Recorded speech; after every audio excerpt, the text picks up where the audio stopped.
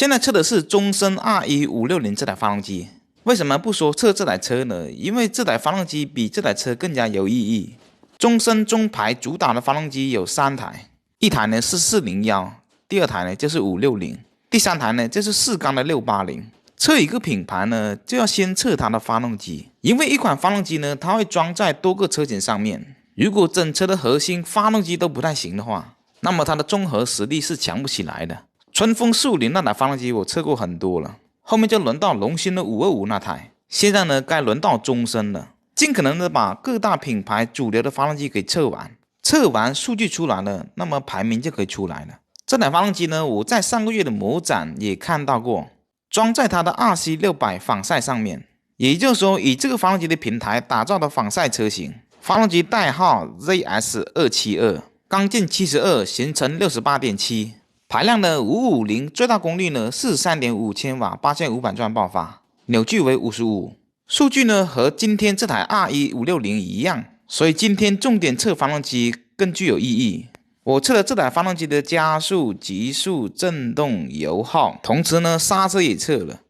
数据出来后呢，喜忧参半，还有完善的空间。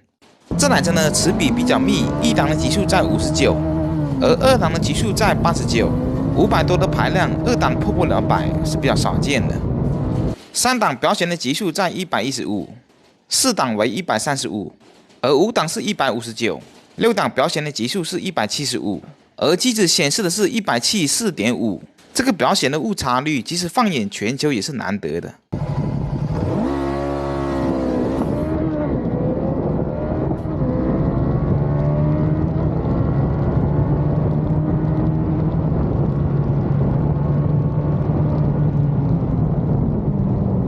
最终呢，测出这台车的100公里加速时间是 4.6 秒，在我的排行榜中排名第56位。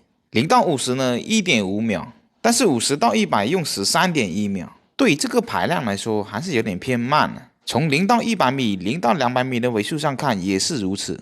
从数据上看呢比较一般，但是呢还是要比那些400-500排量呢快上 0.3 到 0.5， 但是呢也没有达到出色的水平。从行进中加速40到100、60到120的时间也可以看得出来，而且齿比还设置那么密集，说明这台发动机在这台车上调教并没有很激进，因为这台发动机的震动比很多500排量的以下的发动机都要小。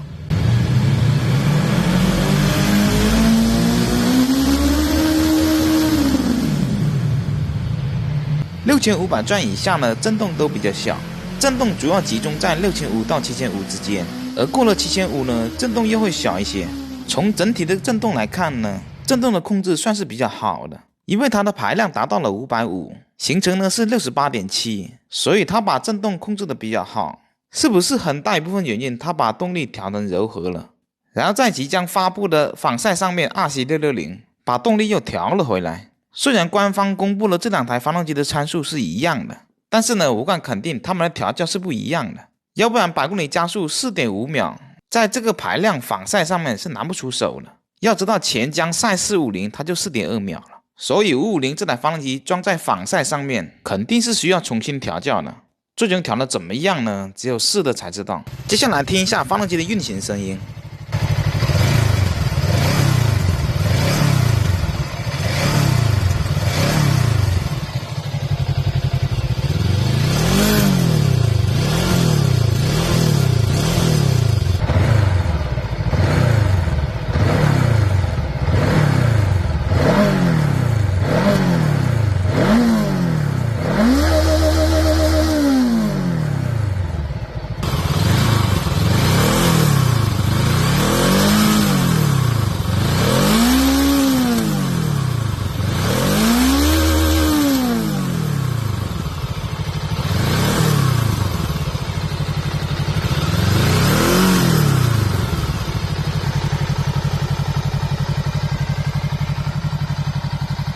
接下来测的是 R1560的刹车，配的是直径320双碟的刹